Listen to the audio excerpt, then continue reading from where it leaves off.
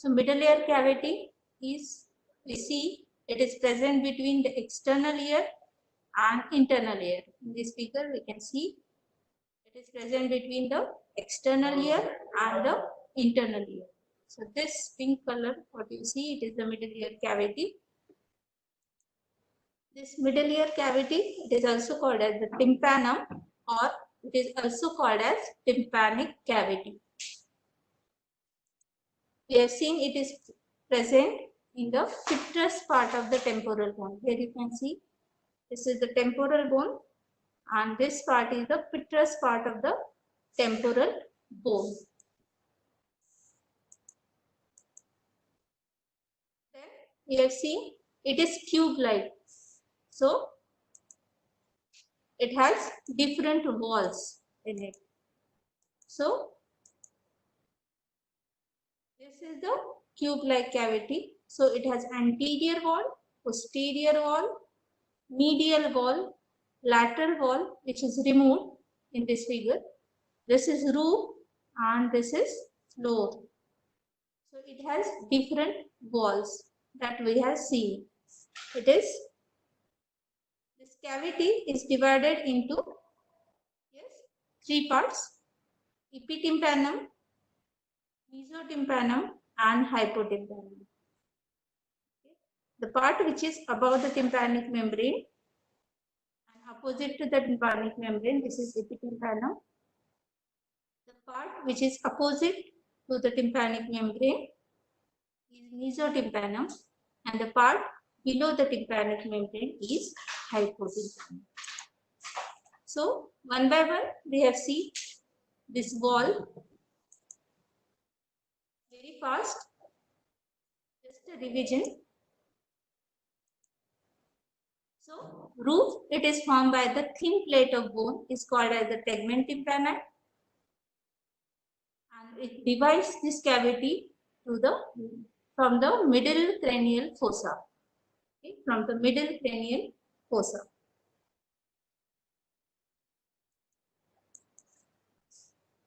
Here you can see this is the cavity.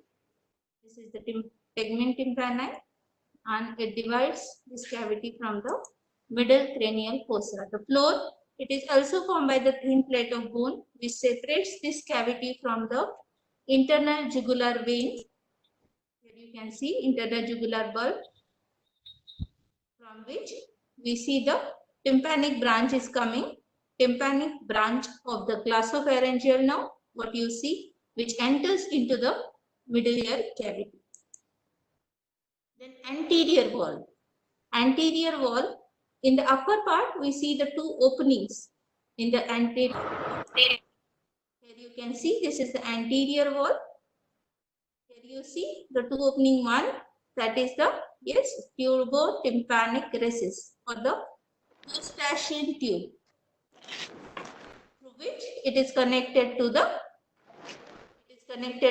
nasopharynx. Yes, the middle ear cavity connected with the nasopharynx through the tubotympanic recess or the Eustachian tube. In the upper part you can see canal for the tegmen tympani muscle. Canal for the tegmen tympani muscle. In lower part we see by the thin plate of bone, it is separated from the internal carotid artery. Here you can see, and it is pierced by the tympanic branch of the internal carotid artery with the caroticotympanic nerves. Also pierced by the caroticotympanic nerves. Now the posterior wall, it divides the tympanic cavity from the mastoid antrum. So in this you can see posteriorly there will be the mastoid antrum. This is the mastoid process. This is the mastoid antrum. Posteriorly it communicates with the mastoid antrum through the auditus that we have seen in last lecture. The auditus in the upper part of the posterior wall. Then in the lower part, what do you see? The straight part of the facial canal. The posterior part of the facial canal, which is also present in the posterior wall.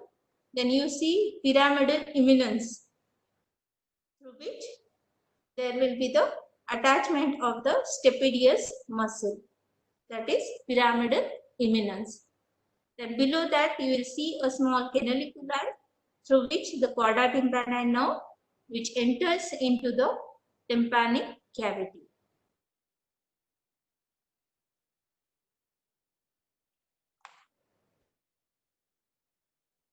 Then medial wall. Medial wall, what you see, this is the medial wall. When you remove the lateral wall and you see the medial wall of the tympanic cavity, you will see these structures.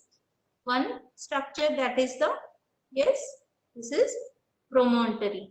This is promontory. It is formed by the, yes, it is formed by the bulging of the cochlea. That is first turn of the cochlea. Here you can see these are the grooves for the tympanic plexus. Then what you see next for the medial wall is the oval window. This is the oval window. Then here you see the round window. It is also called as, yes, oval window, fenestra vestibuli. Fenestra vestibuli, which is an opening which is situated posterior superior to the promontory, and it is closed by footplate of stapes. Here you can appreciate this. This is the stapes. This is the fenestra vestibuli. This is round window. It is called as fenestra cochleae. Fenestra cochleae. It is a small round opening which is present posterior-inferiorly to the promontory, and it opens into the scala vestibuli.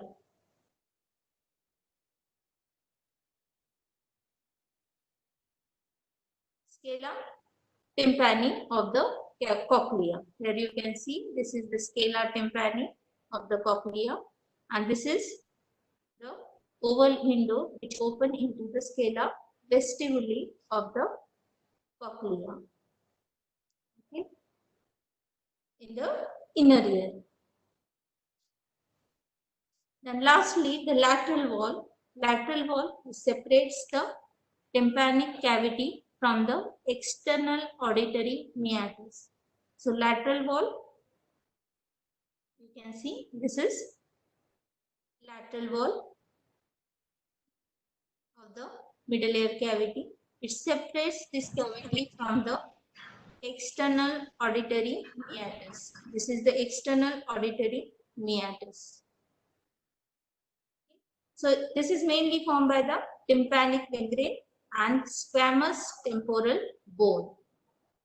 So tympanic membrane, near the tympanic notch, there are two small apertures. It is called as a petrotympanic fissure, where we see the lodgement of the anterior process of malleus. So this is the lateral wall, and here you see the apertures where lodgement of the anterior process of the malleus, anterior process of malleus, and below that you will see the aperture for the chorda tympani nerve. This is the aperture for the chorda tympani nerve. So petrotympanic fissure and anterior canaliculus for the chorda tympani nerve, what you see in the main features of the lateral wall. So this is the lateral wall. This is again the figure showing the lateral wall. Here you can see this is the, yes, tympanic membrane. This is malleus. Here you can see this is the bony septum in the anterior wall, and over the lateral wall, you will see the posterior canaliculus and anterior canaliculus, which runs through which there will be the running of the chorda tympani nerve. Then lastly, now we'll see the next, that is clinical anatomy. We are finished with this walls in last lecture only. We have revised this fast.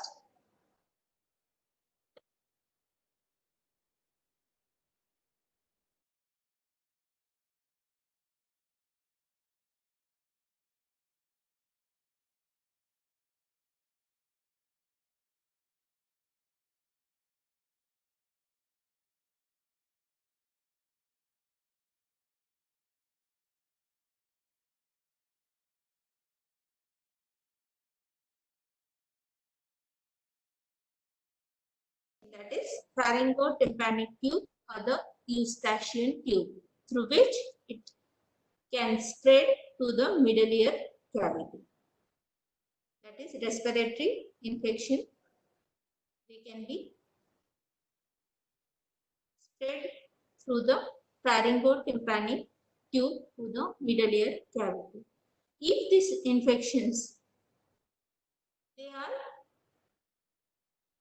the period of time period is very large. If there will be the long lasting infection, it will lead to the chronic suppurative otitis media.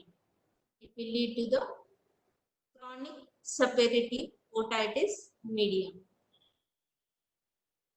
Then there will be the presence of air discharge and the perforation of the tympanic membrane in the chronic suppurative otitis media, which is long-lasting infection of the middle ear cavity. Then there will be the spread of infection from this cavity to all their communications. It will communicate with the mastoid antrum. It will communicate with the nasopharynx anteriorly. It will communicate superiorly. But there is the thin wall, that is tegmental canal, thin wall of the bone. But there is, if there is perforation to that, it will spread above in the middle ear cavity. If there will be the infection in the middle ear cavity, long lasting infection, it perforate the floor, it will go to the sigmoid sinus. So this infection can spread to all the walls of the middle ear cavity. A spread of this infection from middle ear cavity, it may lead to the acute mastoiditis and mastoid abscesses. When infections spread into the mastoid antrum and the mastoid air cells, so it will lead to the acute mastoiditis and mastoid abscess further. Okay. Then there will be meningitis and the temporal lobe abscess. Why? Because when infection spread to the upward from the roof, the thin plate, that is the tegmen tympani, it perforate, then it will, above communication is with the temporal lobe and the coverings, that is, the coverings, that is pia mater, arachnoid matter and dura mater. It will lead to the meningitis, infection of meninges. Then lower motor neuron type of facial palsy. Then infection goes through the thin bony wall of the facial canal, which is present over the, which is present over the medial wall. That is facial canal. Also present over the posterior wall, the straight part of the facial canal. Then it will lead to the sigmoid sinus thrombosis. When infection spread via the floor. From floor, it will communicate with the sigmoid sinus. Internal jugular vein bulb. So it will lead to the sigmoid sinus thrombosis. Then there will be the labyrinthitis, when infection spread to the deep into the medial wall, to the labyrinth, that is to the inner ear. Okay, it will lead to the labyrinthitis, and because of labyrinthitis there will be the vomiting and the vertigo. Then cerebellar abscess, when infection spread to the posteromedially. Posteromedially, it will lead to the cerebellar abscesses. Because posteriorly, it will go to the posteromedially, it will lead to the posterior cranial fossa, and it will lead to the cerebellar abscesses. Now we'll see the structures which are present in the cavity, the middle ear cavity. We have seen there are the structures, that is the ear ossicles, which conduct the vibration, which conduct the sound vibration from the tympanic membrane to the oval window and to the inner ear. This ear ossicles, they are 3 in number, and they are malleus. In this figure you can see this is the malleus, then this is incus, and this is stapes. Okay, so this is malleus, this is incus, and this is stapes. They create a bony chain from the tympanic membrane to the oval window, and they conduct the sound waves coming from the external ear, eustachian tube, the external auditory tube, then tympanic membrane. They conduct the sound waves and to the oval window and to the inner ear fluid. Okay. So we'll see ear ossicles one by one. First, this will be the malleus. This is the malleus. It resembles like a hammer. That it has a head. This is the head of the malleus. This is neck of the malleus. This is anterior process of malleus.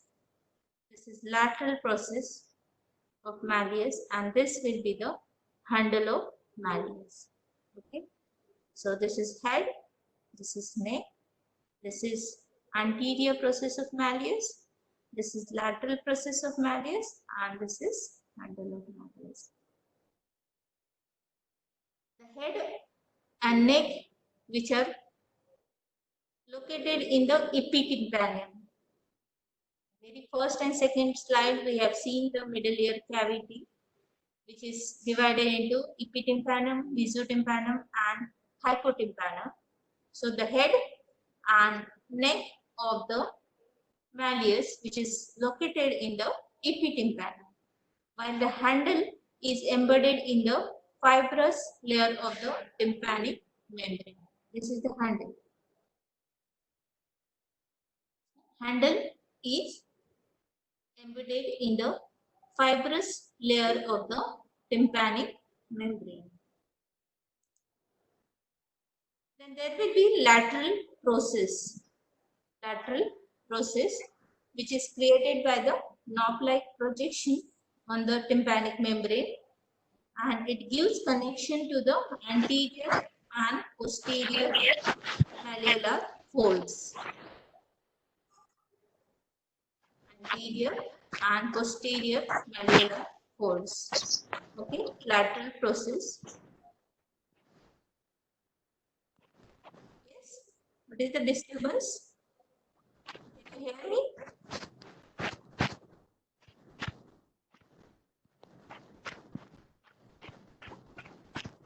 Yes, roll number 99.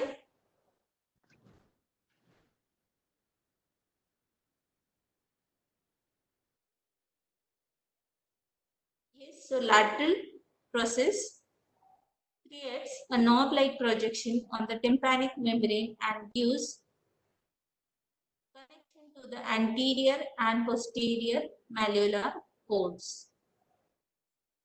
Then the head of malleus articulates with the body of incus, creating a joint called as the inquido-malleolar joint, which is saddle type of synovial joint. So here there will be the articulation with the incus and it forms the inquido-malleolar joint, creating the inquido-malleolar joint, which is the saddle type of synovial joint. Then second bone, that is incus. It is anvil or premolar tooth-shaped bone. And it is composed of large body. Here you can see large body, and there are two processes: the short process and long process of the incus. Short process and long process of the incus. There will be the bulbous tip, which is directed medially and which is articulate with the head of the stapes,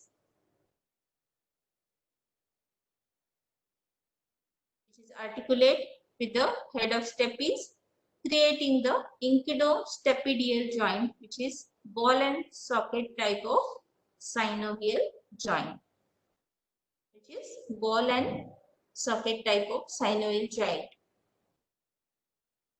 So this is about the incus. And third bone, what you see is the stapes. It resembles like a stirrup, and it is composed again. It is composed of head. Then there is anterior and posterior limb. This is anterior or posterior limb. It is also called an anterior posterior crus, and this is base of stapes. This is base of stapes or the foot plate of the stapes, which fits into the oval window of the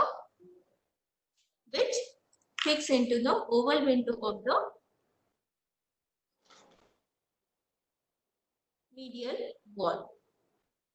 Okay. Then foot plate shuts the oval window and connected to its margin by the annular ligament. This foot plate, which is fixed into this oval window, and there will be a annular ligament. There will be an annular ligament.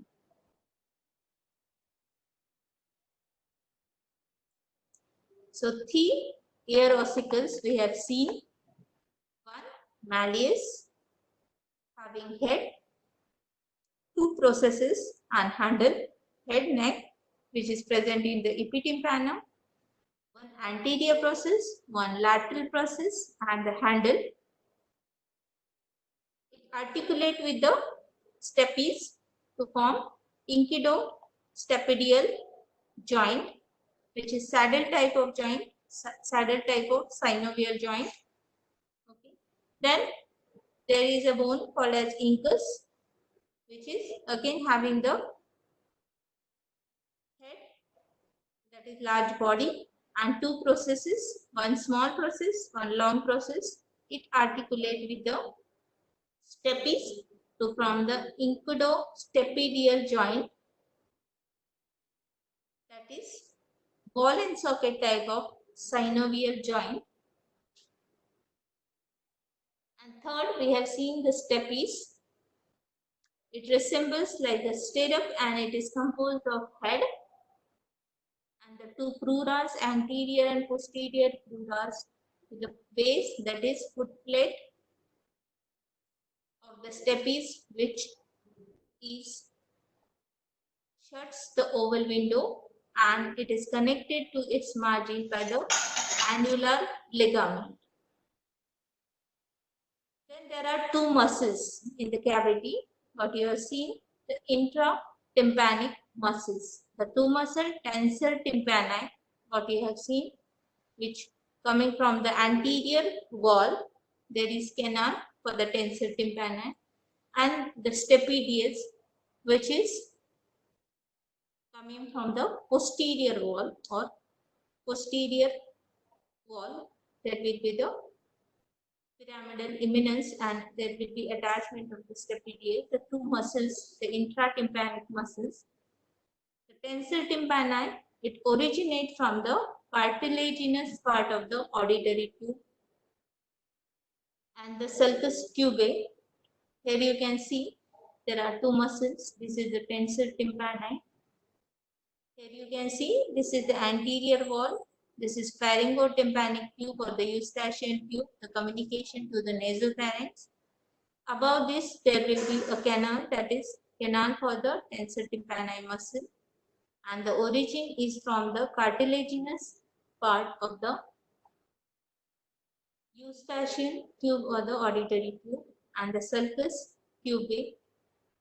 The insertion of this muscle is to the medial aspect of the upper end of the handle of malleus.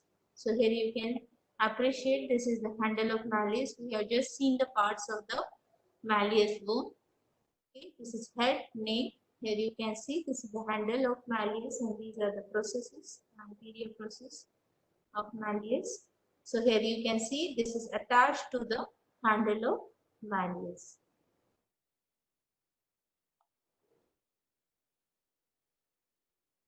The nerve supply is by the mandibular nerve, and its action, it tenses the tympanic membrane. It tenses the tympanic membrane, as name is tensor tympani. It tenses the tympanic membrane. So this is one muscle. Then other muscle, here you can appreciate, this is the stapedius muscle. This is the stapedius muscle. So muscle, it originates from the interior of the hollow pyramidal eminence that we have seen over the posterior wall of the tympanic cavity. Okay. So here you can appreciate this is the posterior wall. This is the pyramidal eminence. It originates from this, and it is attached to the,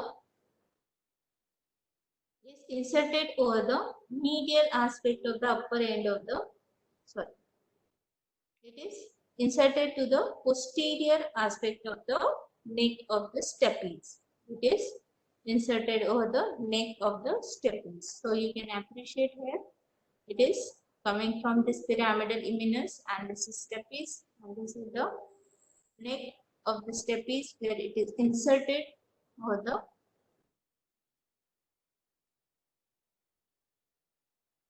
neck of the stapes. Nerve supply is by the facial nerve, and its action, it draws the stapes laterally, thus tilting the foot plate in the oval window. So it draws the stapes laterally, and it causes the tilting of its foot plate of the stapes in the oval window. So these are the two muscles which are present in the middle ear cavity. And we see the blood supply. Mainly the middle ear cavity is supplied by the 6 arteries. The anterior tympanic branch of maxillary artery. Maxillary artery, we have seen it is a branch of external carotid artery.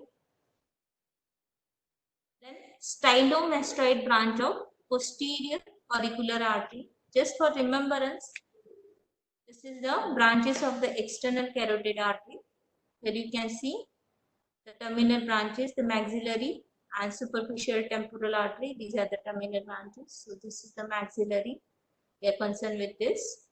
And the posterior auricular artery. We are concerned with this. And ascending pharyngeal artery.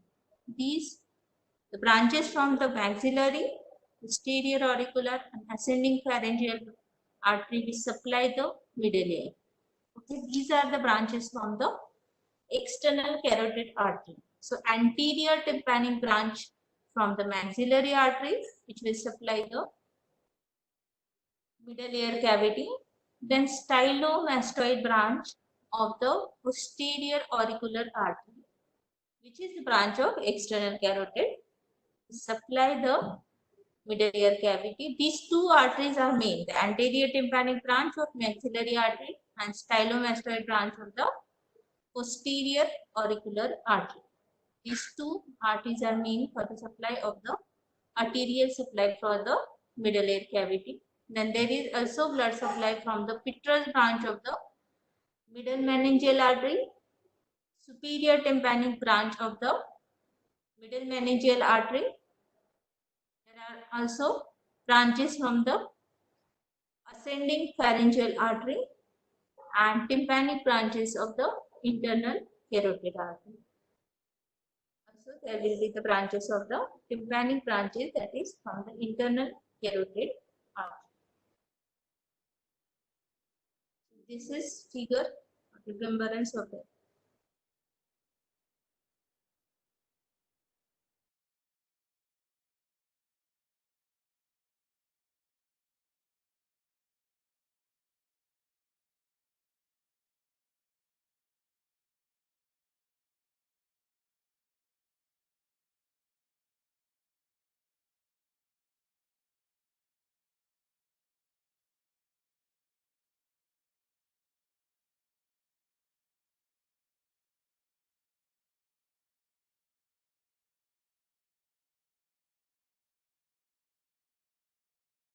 lymph node, parotid group of lymph nodes, retropharyngeal group of lymph nodes and parotid group of lymph nodes.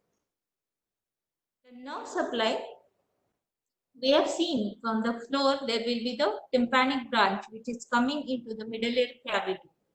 Tympanic branch of the glossopharyngeal nerve. It is called as Jacobson's nerve. It is called as Jacobson's nerve. It enters into the middle ear cavity through the floor in the tympanic cavity and it takes part in the formation of the tympanic plexus. It takes part in the formation of the tympanic plexus. It gives sensory supply to the mucous membrane of the middle ear, then antrum, then auditory tube and ear cells. Then superior and inferior caroticotympanic nerve, which arises from the sympathetic plexus around the internal carotid artery. They are vasomotor. So here you can see the tympanic plexus. In this figure, you can see the tympanic. This is the promontory, this is the medial wall. Here you can see the promontory and these are the tympanic plexus. These are the tympanic branch. This is coming from the floor. This is the tympanic branch of the glossopharyngeal nerve.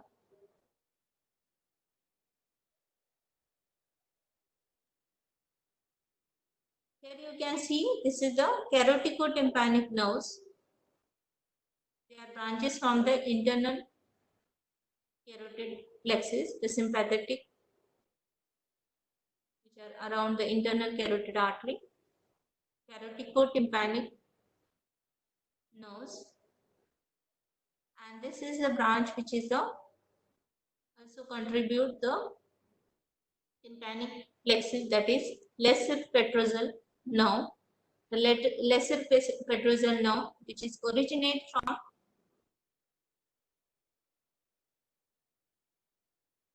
and it includes the secretomotor fibers of the glossopharyngeal nerve which supply the parotid gland. So this forms the tympanic plexus, the nerve supply of the middle ear cavity. Then about clinical anatomy of this muscle. If you see the tensor tympani and stapedius, they both contract and they contract reflexly and simultaneously to dampen the loud sounds or prevent the sound trauma to the inner ear. So if the function of these two muscles lost, then there will be paralysis of stapedius, and it will lead to hyperacusis. In which, what you see, hyperacusis, an abnormally increased power of hearing.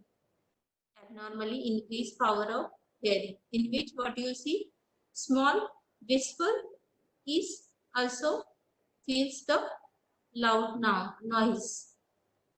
Small whispering is also feels the loud noise. So the very important function of this muscle, that is tensor tympani and stapedius. Okay. So how small muscle they can control such a big thing. Then otosclerosis, very common problem in old age. Otosclerosis, that is abnormal ossification of the annular ligament, which is anchors the foot plate of the stapes to the oval window,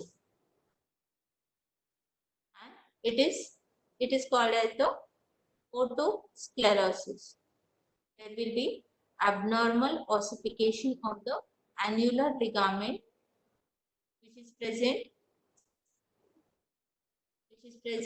at the foot plate of the stapes to the oval window, and it will lead to the otosclerosis. This impedes the movement of stapes and causes the deafness. And otosclerosis, which is most frequently causes the conductive deafness in the adults. So in old age, there will be ossification of this annular ligament and it will lead to the otosclerosis. Then referred pain of the ear. It will be the referred pain of the ear. It is now pain in the ear. It is called as the otalgia. It is called as the otalgia. And the middle ear cavity, since the middle ear cavity and the external ear are supplied by the branches of 5th, 9th and 10th cranial nerves, the pain in the ear, they are frequently referred to the other regions like tongue, teeth, tonsil and pharynx. So it is called as the referred pain because the structures, they are supplied by the same nerves, that is 5th, 9th and 10th cranial nerves. So pain in the ear can be transmitted to the other areas. Then we will see the mastoid antrum. Mastoid antrum, in some more detail, it is a large air consisting space in the upper part of the mastoid process that we have seen. It communicates with the middle ear cavity through the auditus that we have seen. That is auditus, which is present in the posterior wall that you can see in this figure. This is middle ear cavity.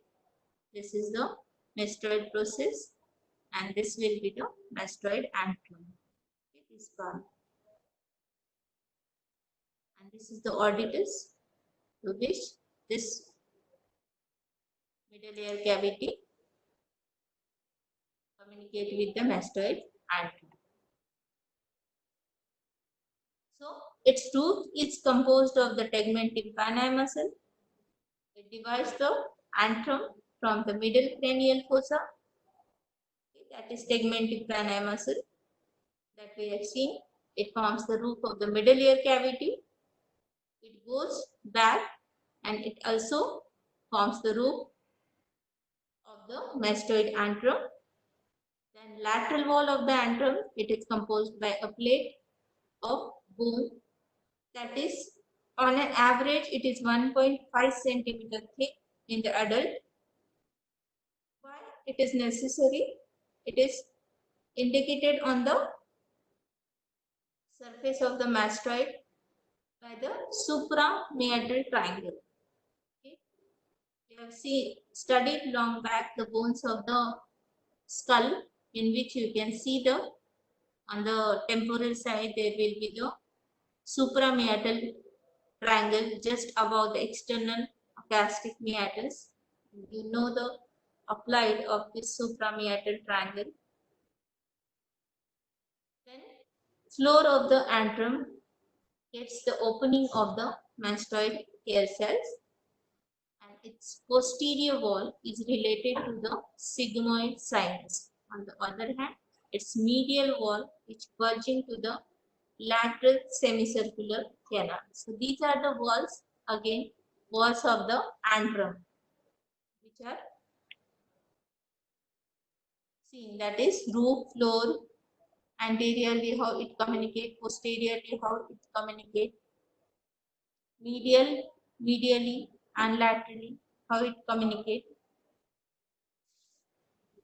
So this is about the mastoid antrum. Then mastoid abscesses, the clinical anatomy, that is mastoid abscesses. The antrum is approached surgically via its lateral wall. We have to go to the antrum for the mastoid removal of the mastoid abscesses. Then something about the pharyngotympanic tube that we have seen. This is the communication, this is middle ear.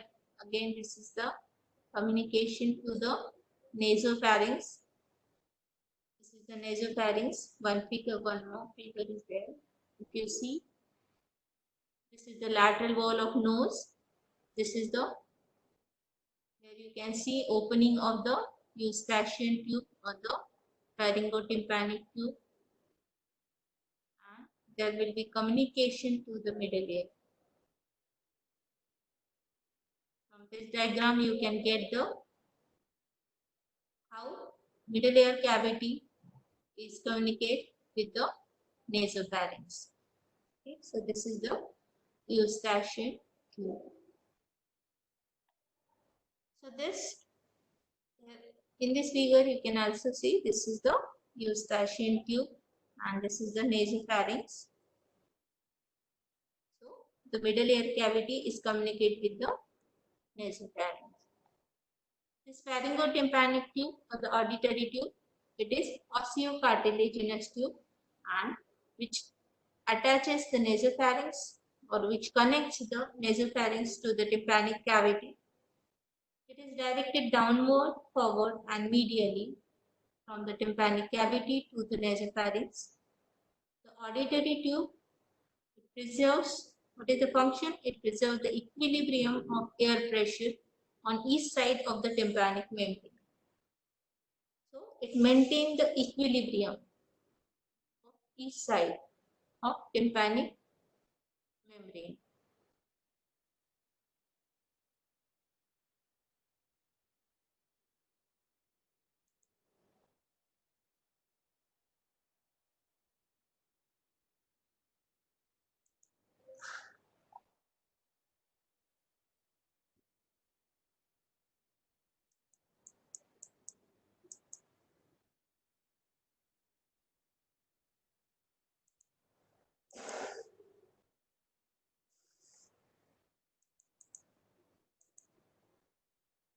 Sorry for the disturbance.